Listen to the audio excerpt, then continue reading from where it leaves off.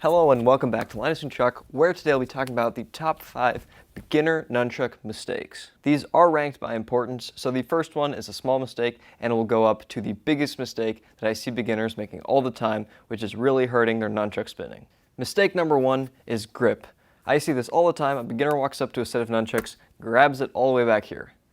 This is not where you want to hold a nunchuck. I know it looks cool in the movies and it looks cool in a whole bunch of fight scenes, but the problem is if you're holding on your nunchucks back here, you'll have no control over what the other nunchuck is doing over there. Instead, what you want to do is choke up and grab more towards the chain, allowing you to have a lot more control over your spinning and your nunchuck moves. Mistake number 2 is going too slow. There are some moves that do require you to build up a little bit of speed and momentum in order to perform them properly.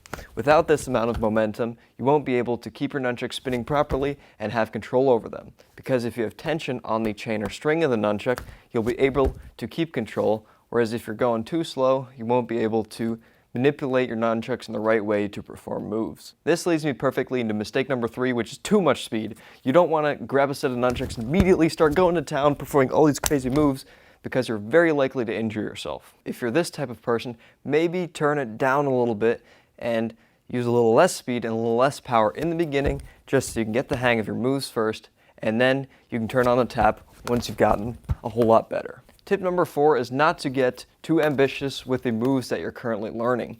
If you're learning moves that are not at your skill level, you will likely become frustrated with trying to learn them. Instead, try to start off at your level and build moves that you are capable of learning in a relatively easy and consistent manner, allowing you to slowly build up to performing more advanced stuff. Tip number 5 is the biggest beginner mistake that I've seen across the board, and that is not enough practice. Unfortunately, nunchucks is not really a skill that anyone is really born with. It takes practice to learn. If you want to get to the point where you can learn amazing nunchuck moves like wrist rolls, throws, and impress all your friends, you first have to sit through some of the more simple moves that can still be rewarding and fun in order to build up to that level. It takes time and effort to get to that point, and I get a ton of comments of people asking me, oh, when can I be an amazing nunchuck spinner? And the thing is, I can't answer that question for you.